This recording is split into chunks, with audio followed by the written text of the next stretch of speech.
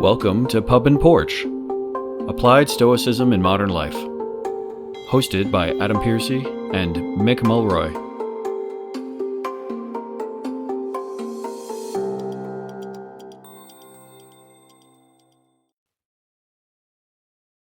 Welcome back to Pub and Porch, Applied Stoicism. I'm your host, Adam Piercy, with my co-host, Mick Mulroy. Today it's extremely cold with a fresh dusting of snow here in Canada. Mick, you've just returned from some time in the field, I think we would call it. And today we wanted to talk a little bit about some of the current events going on that are, I think, shaking up the world again in a way that maybe many people were hoping might not happen again. But Mick, why don't you tell us where you're coming from today? Yes, thanks, Adam. So, yes, my company, Lobo Institute, also, in addition to doing the humanitarian aid delivery through another company called Fogbow, we do tactical training. So we train special operations units from the military and other in how to do winter warfare, mountain warfare, all sorts of different things, including the new part of warfare, which is integrating drones into ground operations. But anyway, that's not what we're talking about. But I was down with my team, including my business partner Eric Ulrich, who not only is one of the co-founders, is one of our expert trainers, but training a bunch of folks from the Naval Special Warfare component of SOCOM.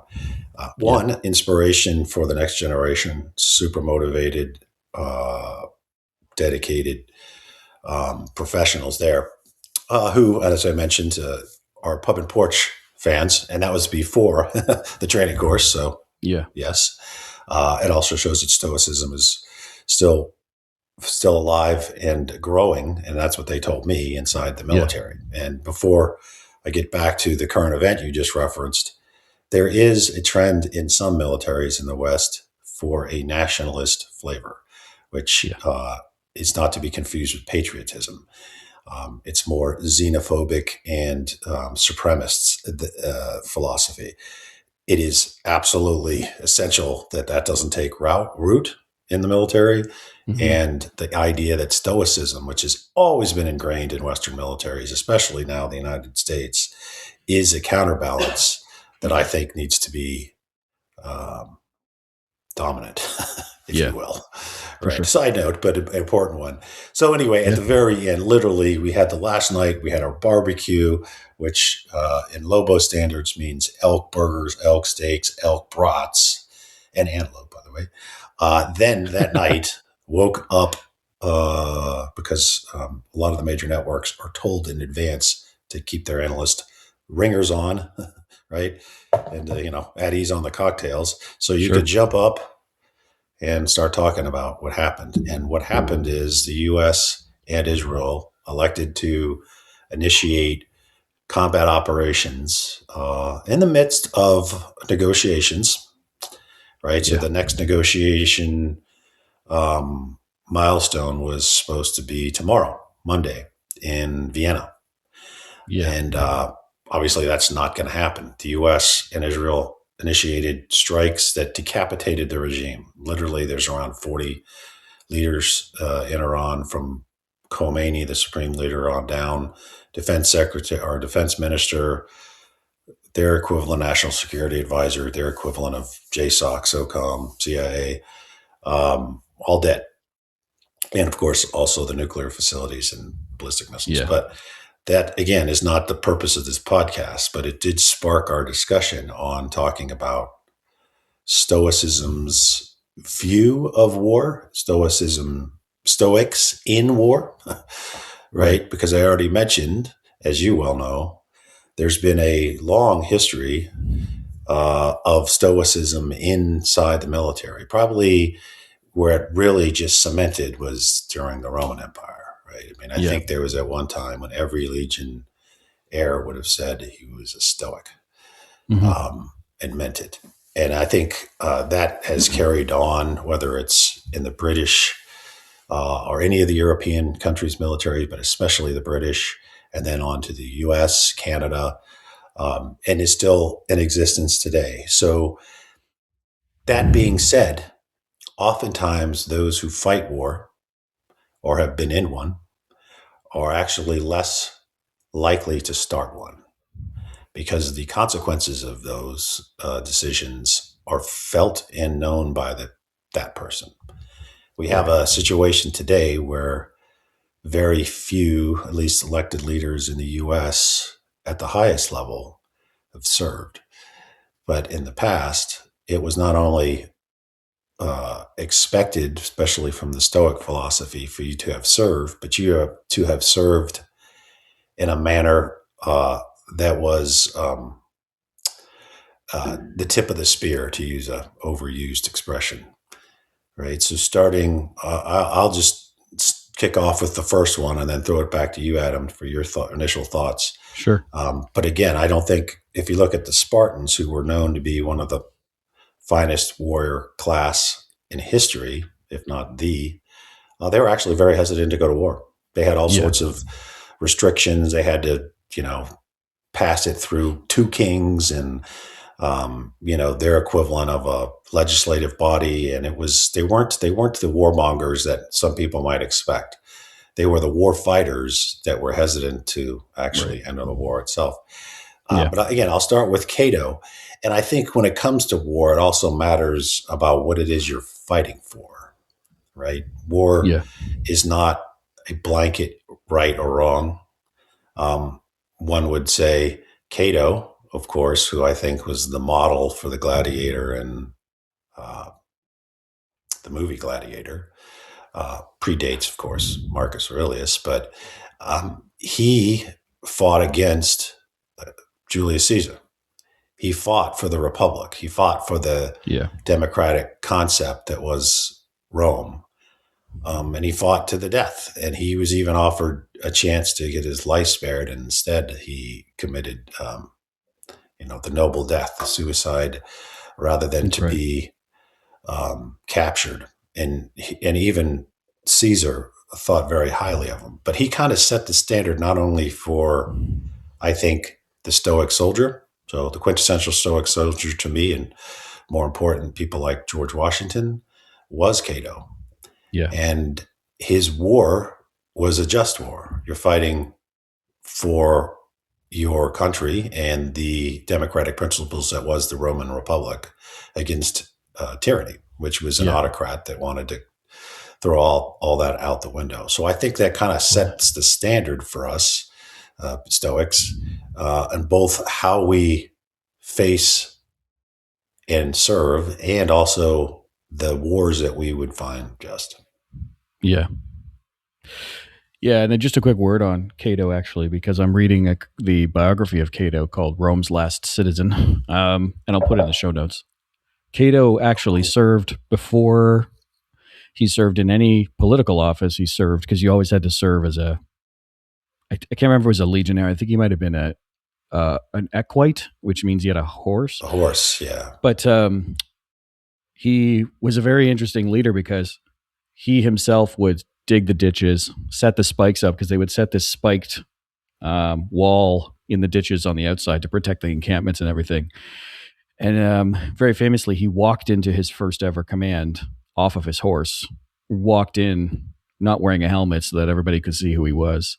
And very much a warrior leader fighting on the front lines, literally, and became quite beloved by his troops. When he left at the end of his service term, apparently there was the usual stuff of like ritual sacrifices for his goodwill and everything, but there were people weeping about that. So I think he is a good example. That's a great story. Overall, so you should definitely that was a great story. You should put that book in the notes for sure. It's a really good book. It's detail heavy, so I sometimes have to go back over it. But I think the way I look over this in general, right, like as someone who grew up in Europe, right, war is very visible in many ways because you're living in a place that went through one of the few places in the West that went through an extreme level of warfare in the 20th century, right? And so I have walked the battlefields at the National Memorial for Canada, which is at Vimy Ridge, and I've walked the battlefields at a place called Beaumont Hamel, which is the it's a national war memorial, but it's for Newfoundland. It's where the Royal Newfoundland Regiment was obliterated, I think is the right way to say. 1,000 men, first day of the Somme, 100 guys for roll call the next morning.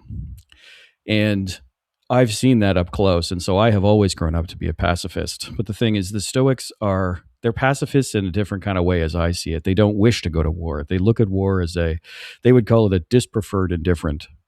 They don't wish to go there. It's a wish not to have that happen, but sometimes it happens and you cannot change that. The path of events of the world will sometimes just occur.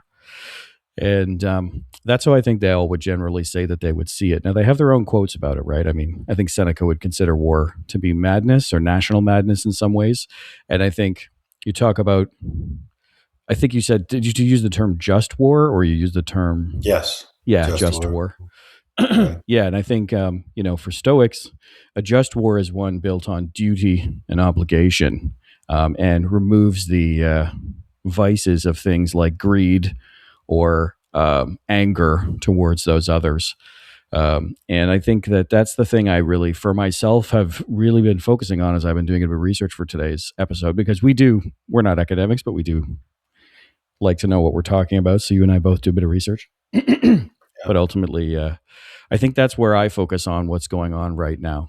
If something is justified because it protects others, if it sometimes, we have Stoic commanders like Marcus Aurelius, whose military actions were done to actually prevent further military incursions from like invading tribes and whatnot. Those are things that to me, I think make a lot of sense. I'm kind of the weird pacifist where it's more like my preferred indifferent is peace, because nobody wants this to happen, but I understand that bad things can happen and we have to be careful there. I also, I have never served. So, and I have to be very honest, so I have a very different probable view on that than others, but that's how I see this, at least, from the get-go. It's one of those things where I think as Stoics, there's a long history, even our progenitor Socrates, of having them fight on the front lines. But I really never get this sense from them that they're doing that for a personal gain. They're doing that for some sort of aggressive act, in the sense of, like, even Cato, right? Like, Cato aligns with Pompey and fights Caesar, loses at Utica, right, as you've already said, and takes his own life afterwards, right? But Cato, in many ways, tried to fight off the war from occurring, weird pun there, for a long period of time, right? And in fact, when Julius Caesar was first coming to power, Cato was lambasting him for his war crimes in Gaul. And you kind of go like, oh, this is very interesting when you think about it. You've got a person who is calling out his rival for their terrible acts of aggression during the war, but also is picking up a sword on their own side. And I think that's kind of how Stoics would look at it. It's a last resort, but it's something that we must do. And the vigilance, the responsibility, and the duty that you and I talk about is to make sure that we don't forget that sometimes you have to fight for this stuff. You have to fight for freedom. You have to fight for the safety of others. And that's, I think, a key thing when you think about Stoicism in war. What I think you and I could both agree, there is no Stoic who preaches an aggressive stance on this. I don't think I've ever really read that. The Roman idea of forward defense, where they would invade a place or attack a place to subdue it because they knew that they were going to attack them later. That's kind of up for debate. But I've never seen a Stoic with a stance that's aggressive, in the sense of, like, if you see somebody's land and you like it, go take it. But I'd be curious your view on that, but that's really what I have not seen in my life for the past 10 years as being a practicing Stoic. And that's an interesting one for me, is just, we want a strong defense. You have to be vigilant and make sure that you earn the peace that you have. But ultimately, many Stoics aren't. It doesn't seem like they're really in for the whole aggressive stance. What's your take, though? I think it's consistent with that. So, I mean, you have the wars you don't choose. Take Ukraine, right? Yeah. Noble or not, they're going to fight for their own country, and they didn't choose to start the war. So we could take that out. And then the other types of war are the wars of choice. And it depends on what the choice is about. Yeah. So in the U.S., as Churchill said, you can count on the Americans to do the right thing after they exhausted every other option. We eventually got in the war to liberate Europe, the one, the war you were just talking about. That was a war of choice. Didn't have to. Yeah. We were separated by oceans, and we had the benefit of geographic distance. But that was a war of choice, and I would argue, not that I at all speak for all Stoics, but I would argue that the Stoic view of that is it's a just war. It's liberating the continent of Europe from Nazi occupation, right? Or in the Pacific, which doesn't get near as much attention, the brutality of the imperial Japanese,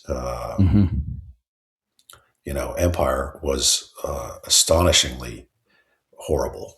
And liberating the Indo-Pacific was equally, I think, noble. And I think that's what the key word is for Stoics when it comes to war, is the nobility of it. Maybe an overused term. Most people that spent a lot of time in war, even if it was completely just, start having a very cynical view of it. But that, I think, is an important point. I think from a Stoic perspective, one should be hesitant to ever use force. But I also think there's an obligation to have the ability and the capability to defend your country in a way that most people wouldn't ever want to attack it. Right? One way to avoid war is to be, walk softly and carry a big stick. Right? So you just don't want people to challenge you. That's why I think it's absolutely essential for any country, really, to maximize their capability to defend themselves. If that was the case, in most cases, the bully of the world would not decide to launch an attack. They simply could lose. The other part of that, which I think is very much in line with Stoic philosophy, is alliances.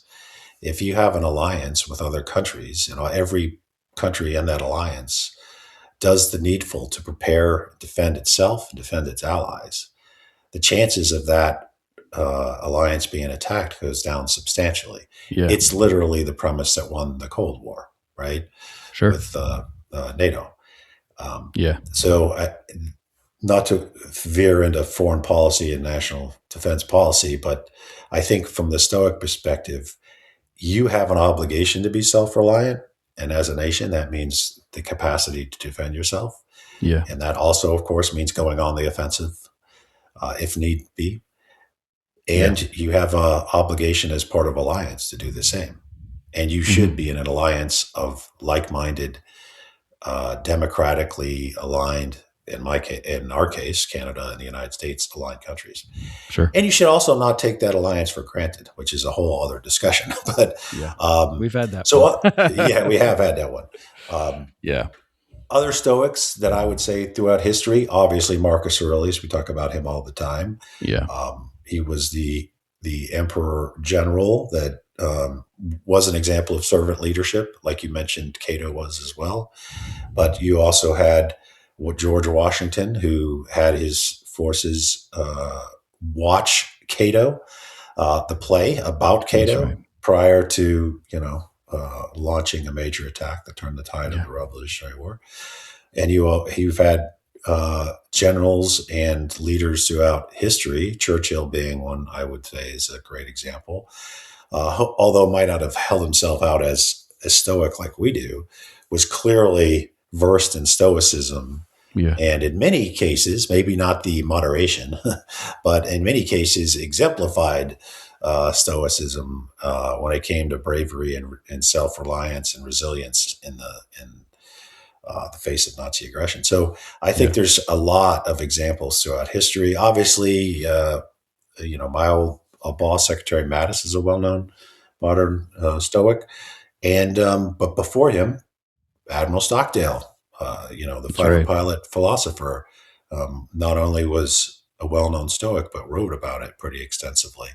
So I think there is a way that a Stoic views himself in defense. I think there's a way, or herself. I think there's a way that Stoics look at warfare and what's just and what's not.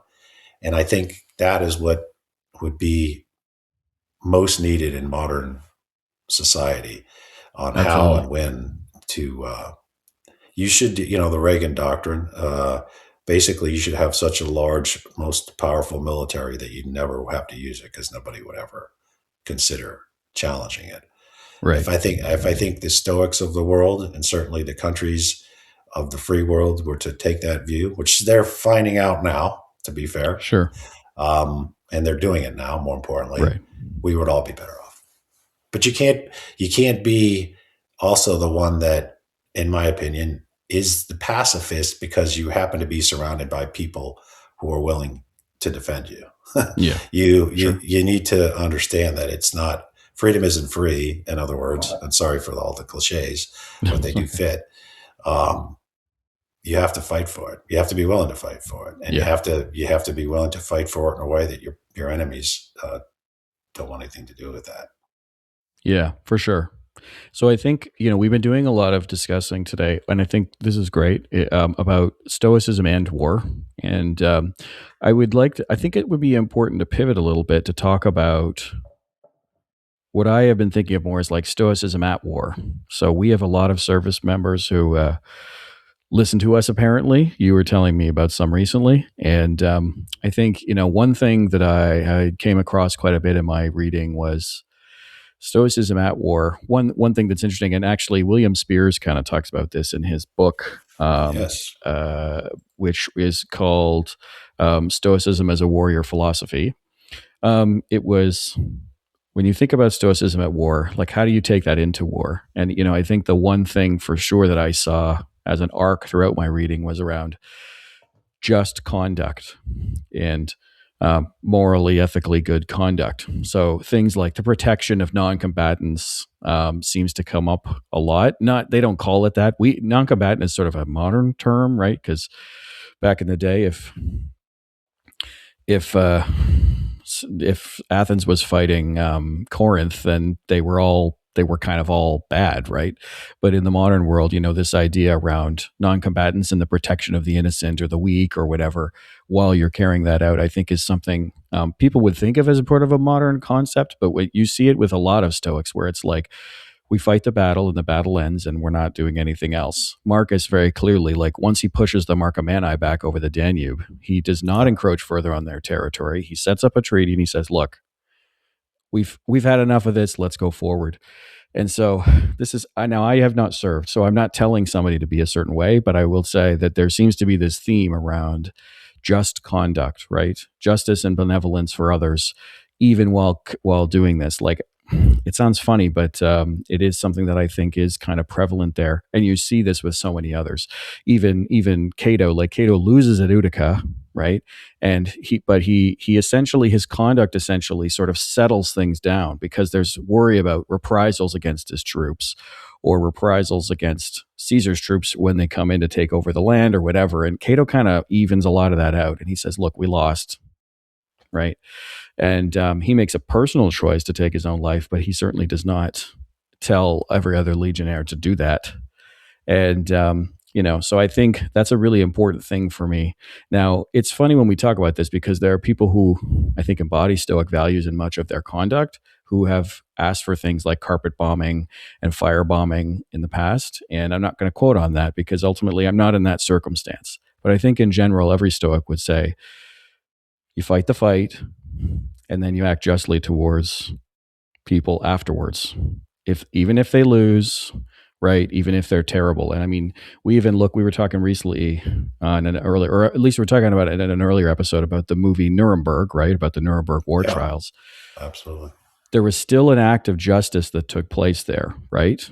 Like they didn't just do what's called a drumhead trial, which is what the British Empire used to do back in the day, where they would upend a drum and some general would sit there and dispense military justice, and it was extreme, right? It was, and the penalties were extremely harsh. Instead, they said, no, we have to act justly here. We have to do this right. And are all of those people Stoic? You and I aren't saying that. At least I'm not saying that. But I think there's a value there that I think has to be there if you're going to go forward with this.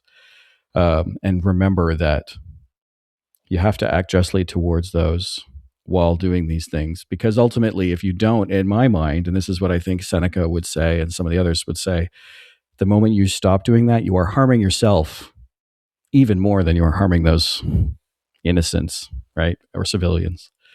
Anyways, that's my take on that. And again, this is from someone who has never served, but it was a theme that I could sort of see running in the background, right?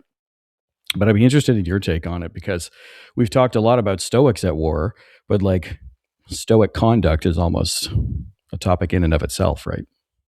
Yes, absolutely. And how you act in war is a virtue or not that will carry with you the rest of your life. I just found a quote from Seneca that said, "I would rather compete in virtue than in wealth or power." So it's also, I think, applicable to why wars can be fought, why wars have been fought throughout the ages. Of course, many of them have been fought for wealth. Let's be fair. World domination is not, even though it was cloaked, and we talked about this in colonialism episode, it's often cloaked in, we're here to help the savages, etc., when really it's just the exploitation of their natural resources that generally doesn't end up helping, obviously not savages, but people that live there that are different than you. But so the virtue of war does matter.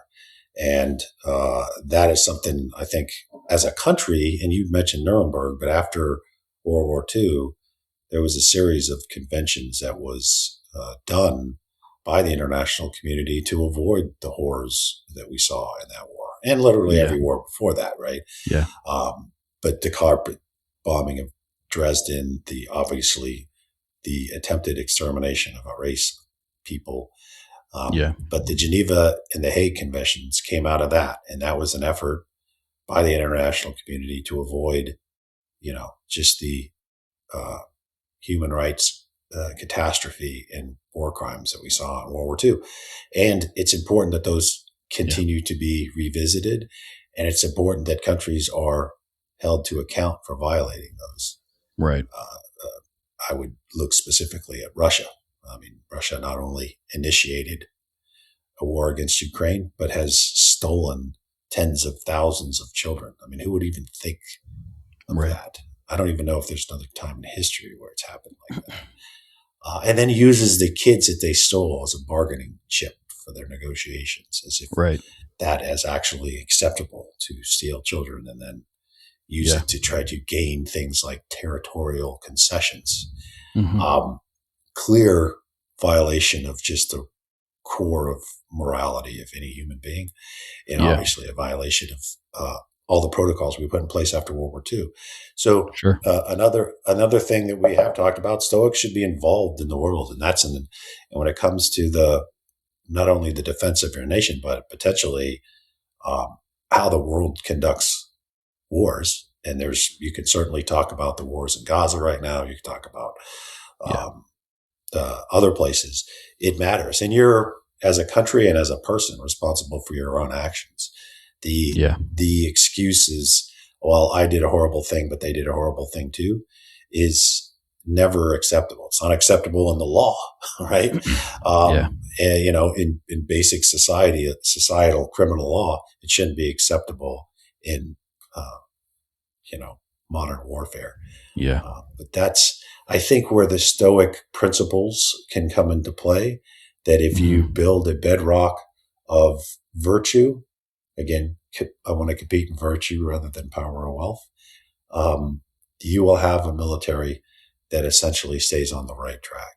If you become a nationalist-based, philosophically based army, then anything your nation does is right, and anything another nation says about it is wrong, right? So it's not a logical, reasoned out position. It is basically the position of the autocrat, right? And they just use nationalism, warped form of patriotism, as a way to promote it. And I think that's what Stoics and Stoicism can do the most, is can push back in that. And that's why it's so, quite frankly, super cool, not just because they're listening to our podcast. There's plenty of people talking about Stoicism. But the fact that they're so engaged. And that this happens, I talk on television about national security all the time. Sometimes people come up and get togethers and say stuff about that or ask questions, but I get a lot more questions about Stoicism. really do. And every time I do, I was like, that's great, because this is, if the world could do with more Stoics, that's a very biased thing to say, but I think we'd be better off. And if you're interested in the philosophy, do your own homework, but join up. We need more, and we need people beyond. I'm an example of this, but Stoicism is not exclusive to military at all. It's it needs to be expanded, and it needs to include people outside of the West, of course. I think the philosophy is, of course, as strong anywhere as it is in the West, or could be. Yeah. And it needs to be beyond just males. Nothing wrong with males. Yeah. By the way, I had a friend tell me that white men think way too much about the Roman Empire. I was like, I've heard that too. I don't know that that's true, especially because I am a student of Herodotus. I am a student of Herodotus. I understand that those who choose to ignore history are doomed to repeat it. That's true. But you just said Herodotus, which would then you just quoted Herodotus. So my friend would say, that's what I'm talking about. Well, if it wasn't true, it wouldn't last this long, right? But he's not a white man. So. No, but I get it. Like, damn. Yeah, and I think that's a good point, right? Like we are pulling from something that comes from our own history, right? And there's many other histories and viewpoints out there. So, in many ways, though, I could say, instead of saying we need more Stoics in the world, I would say we need more rational thinkers in the world. Is almost what I would say. That's more universal, right? Like, even there are many other philosophies and religions out there that do have a rational basis in this, right? Like a justice, wisdom-based mindset around stuff. And Buddhism, I think, is one that kind of has that running through it, as well as Zen. And so I would agree with you. We talk about the West; it's accessible for us, right? For sure. But I think there's many other things out there. Yeah. It meant, like, if you could even go more base, you could say we need more mindfulness and less mindlessness. It seems like a lot of it is just you get angry and you start yelling at the other person, right? It's us versus them. And I think that's a struggle as we go through this. So, not to bring this down, but it was interesting. I have always remembered this quote from Einstein about war, which is, he said something like, killing under the cloak of war is nothing but an act of murder. And I think that's a very apt description of it in many ways. You are still removing a human life if you do that. But at the same time, I think it's one of those things where that it's definitely a blanket statement. I know it mentions a blanket, but it's definitely a blanket statement about that. I struggle with war because, as a pacifist, right, there is violence occurring against other human beings. But at the same time, when you have to defend yourself, sometimes extreme acts are what is required to defend those of the innocent or non-combatants and things like that, right? But I'd be curious about your take on this circumstance because, you're a boxer, right? I know you have a boxing background, and you are also someone who served in the military. And I like to think about something that I think it's Jigoro Kano, who kind of was the modern inventor of judo, said, which is like, if you meet somebody who actually knows how to fight, they usually fight very rarely. They almost never fight, right? They do not choose violence. And as a service member yourself, I'd be interested to know if you agree with that, because there's so much of war we think of as extreme acts of violence, but war can be many things. But what do you think? Well, I think what you just cited as likely is true. More people that I know that have spent a lot of time in war become far less advocate for it. Not that they ever would have been an advocate for it, but you tend to start off very gung-ho and then realize that a lot of war is simply for somebody else's greed. Right. But on the flip side, to Einstein's point, not that it's in agreement with it, but you never would have talked the Nazis out of occupying Europe or turning over the concentration camps and releasing the prisoners. So if you're not willing to use force, in that case, extreme violence and murder, well, not murder, but homicide, murder being unjustified homicide. Sure. You never would have liberated Auschwitz or Dachau, right? Right. I think we can all agree on that. So it isn't as simple as saying that you should never have war. The human condition, the human civilization, which I don't hold up on a pedestal, but its premise, almost from its inception, has been taking things that we wanted, unfortunately, or defending against those that wants to take the things that you have, right? I mean, as soon as we were able to store things, right, preserve meat, put berries in baskets, somebody decided it's easier to take than to do it ourselves. Again, not justifying it, but it is unfortunately how we evolved, societal and even individual. So war is going to happen. The principles, and to your point, I think you're right. You don't have to be a Stoic. You can just be a person who reasons, but also the virtue parts of it. Yeah. If you are a virtuous person and you view war in that manner, and this is the argument. Some people would say you have to be as brutal as your enemy to be effective. I just disagree with that. I think ultimately you can be superior to your enemy in both strength and morality. Right. And ultimately, I would like to think that that is a combination that wins the day, not the combination of greed and the use of power. Yeah.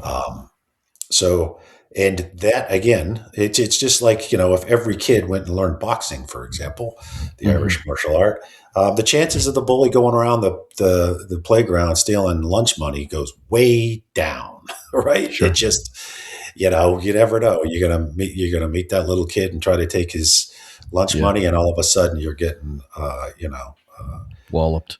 A great combination that puts you on your butt, right? Yeah. So, that's an old school way of looking at it, but the ability to defend yourself is paramount to the ability to keep the peace. Right. And so I think that's an obligation of countries to do, and not to just sit on their laurels and hope that the goodness of mankind, hence my diatribe on how we evolved, is going to rule the day. Right. It's not. No. It's going to require people willing to stand up and defend themselves, and virtue, and I think as part of virtue, democracies. Absolutely. And I think, there was a Quaker pacifist movement in the UK when Hitler was rising to power, right? And they were very anti-war. And they would say things like, well, if we had been able to do something before, and I'm not going to get really into that debate, but I agree with that to some degree, to many degrees, right? I think it was a good thing that they went, because they'd already suffered from the First World War. The League of Nations was already falling apart, for example. I think it was a good thing that they made an effort to try and say, okay, let's try and calm this situation down. Do I think they did enough? Personally, no. I also think it might never have worked anyways, which is kind of what you were saying, right? Like at some point you just see on the writing on the wall, like it's never going to get better. And you're going to have to take some different kind of action. But I think, I think that's something that a Stoic will do, right? They're going to monitor the situation. They're going to make a decision. They're going to try to pivot. They're going to do alliances, whatever they're going to do first. But they don't, so they don't take the decision lightly for warfare, but they also, that's not their first thing. If the first thing you're doing is reaching for the weapon, I think that loses, that sort of rational thought perspective, right? And I think that's just me. Now, there, of course, if you're in defense or in retaliation because of some kind of act happening, well, that's pretty extreme. And I think that's an example that, we all can kind of understand. But I think in general, like a Stoic is going to say, okay, so what do we need to do first here, right? Like, is it really this bad? Is there something else we could do? I think in world events that have happened recently, right? Like people are trying to have talks about this. They're trying to sort out peace processes that are calling for ceasefires and calling for other things to happen. And I think that's good. So you and I are both in agreement. I think like a Stoic does not never reach for the weapon, but I think they understand that there's an arsenal of sort of humanity that you kind of have to try and pull from first. And, that's kind of what we're seeing now, although it's escalating very badly in my mind. But it is. Yeah. And, this isn't again about the current event, but no, in my opinion, it is a war of choice. Yeah. To a certain extent. And so that's going to have to be viewed that way. Hopefully it doesn't last very long, and then and it's over. But the alliances that exist around the world are challenged today.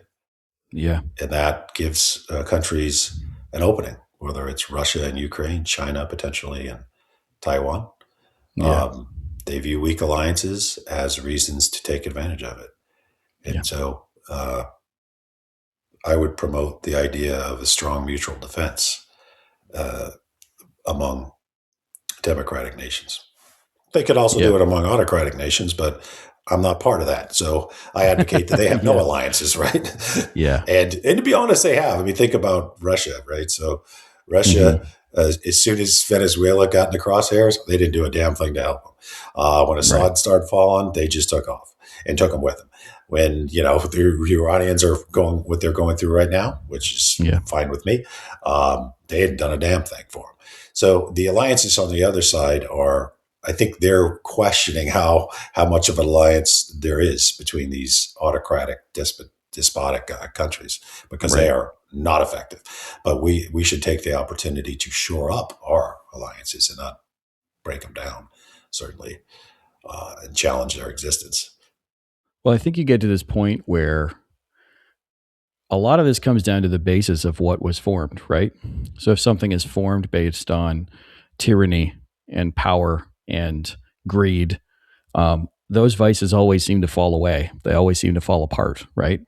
But when you base something on justice and wisdom and the courage to stand up for the will of the people and, tempering things so that, we're not always jumping towards the aggressive action, right? Those things are sort of universal and they always last this long, right? Like every time, look, the first triumvirate of Rome, which was Caesar, Pompey, and Crassus, right? Like essentially it's three guys vying for power and two of them are super duper rich and the other one is super duper popular and it was just ultimate greed, right? And all that. And Caesar, there was a facade to what he was doing because he was leading the popularis movement, which was like for the people, and he was selling it as the idea of trying to get land for his troops and wanting to, do all these reforms and everything. And I'm not saying that I disagree with that, but ultimately it was a veil for what he really wanted, which was to be, imperator and dictator for life. And, the thing is when you build things on those vices, you're starting on a foundation with cracks, right? And I think that's a key thing here. So, when I lead a team, I lead a team of safety engineers in the space program, right? And we build our team. Our motto is tough and competent, which if anybody from the space program knows is a Gene Kranz phrase from after the Apollo 1 fire. And so we built it on a good value that to us has, it's ethically good and it's just, and it takes a little bit of wisdom and some courage. And so it's based on these real values that form a really strong foundation for us. And the team's held together really well under some very tough circumstances. But, if you form it like working in I'm not trying to equate a war to working in the tech sector, but if you work in a team where it's like, we'll just get it done as fast as we can, who cares about whatever, right? Those teams, they never seem to have a foundation there. And it's an easy example for me to talk about because I didn't serve and I'm not in the war, but it is that thing of like, whatever you build your foundation on is going to be where the fruits of the labors come from. And I think that's a key thing here, right? If you're building it out of fear and power grabbing and injustice, those regimes never survive. They just can't. I don't think they have enough to. But so we should probably wrap up there. Do you have any closing thoughts for us today, Mick? I do. I mean, ultimately, I think the way people should view war is to avoid it at all costs. But once you're in it, to win it. Sorry, again, another cliche. I didn't even mean that one. But that's how I think you would avoid the wars in the first place, is if you are willing. And, another conversation we had yesterday at the closing of our training is, from the U.S. perspective, there's no guarantee that we're going to have dominance in the military throughout history. You can look at history and realize that's not the case, right? So from our perspective, I think that is where we need to be. We need to be the strongest in the world and the best in the world. So hopefully, and the best being aspire to be virtuous and righteous and use reason. And I think if you anybody, no matter what side of the political fence you sit on, if you want to think of a leader in wartime, I think you want him to epitomize just what you just said. You literally just laid it out, so I don't need to repeat it. But if you hit those virtues, that is, I think, where most people would want their leaders to be in conflict. Totally. So I'll take one last second to say, for all those service men and women out there who listen to us, we're thinking about you, and thank you for your service. And this is coming from someone who's never served, but Mick knows I give him a shout every November 11th. But we want to make sure that we say thank you to everybody who listens. So we'd love to hear from you. info@pubandporch.com. Give us a comment. All of those wonderful things. But for now, Mick and I are going to sign off. So cheers, Mick. Sláinte. Thank you for listening to the Pub and Porch podcast. If you'd like to find out more about the podcast or its host, head over to pubandporch.com, and you can listen to all our episodes on Spotify, Apple, or whichever platform you prefer. And if you'd like to help out with the podcast, you can find us on Patreon. Drop us an email if you have a comment on any past episode, you have a suggestion for future episodes, or you have an essay on an important topic for Stoicism. Send it to us, and then we can be reached at info@pubandporch.com. Today's music was provided by bensound.com. Until next time, Pub and Porch out.